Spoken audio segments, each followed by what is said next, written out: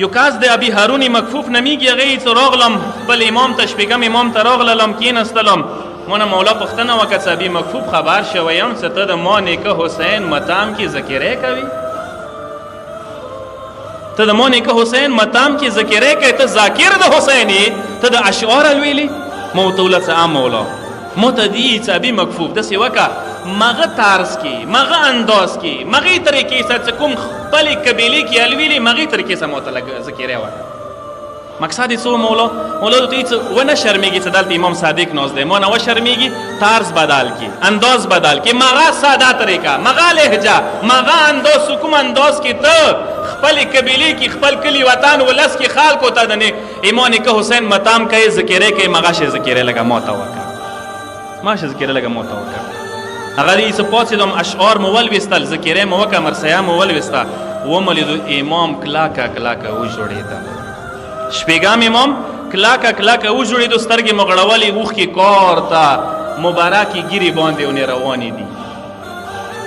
دا حرمت دی د سید الشهدا دا عظمت و مقام و مرتبه دی د سید الشهدا دغه اوښکو ته دغه مجلسو ته دغه متمو ته دغه وریځو ته کم نظیر ونه کوئ دا براخه دی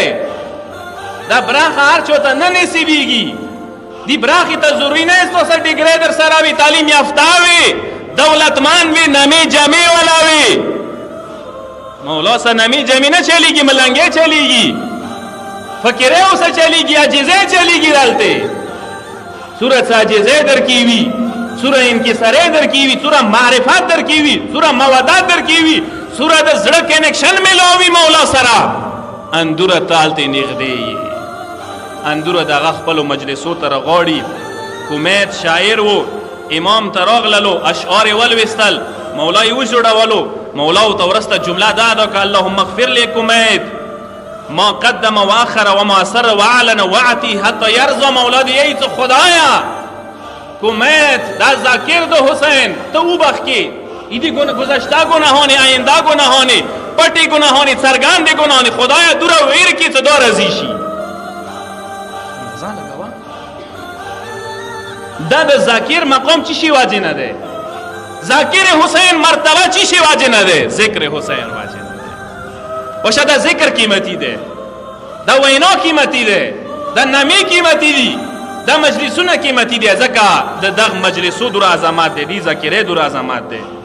مولا کومې دي ته مو کله اشعار ولوستل مولا د مت ای څه کومې تو اشعار ولوستل اسمانونه ملائکی رغلی وي متام کې ناشته وي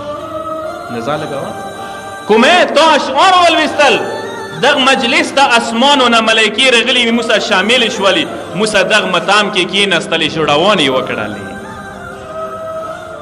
مو تاسو مجلسو ته به چوک چوک راځي یقیني خبره ده چې کله امام ویلي دي فرشتې خو راځي ورته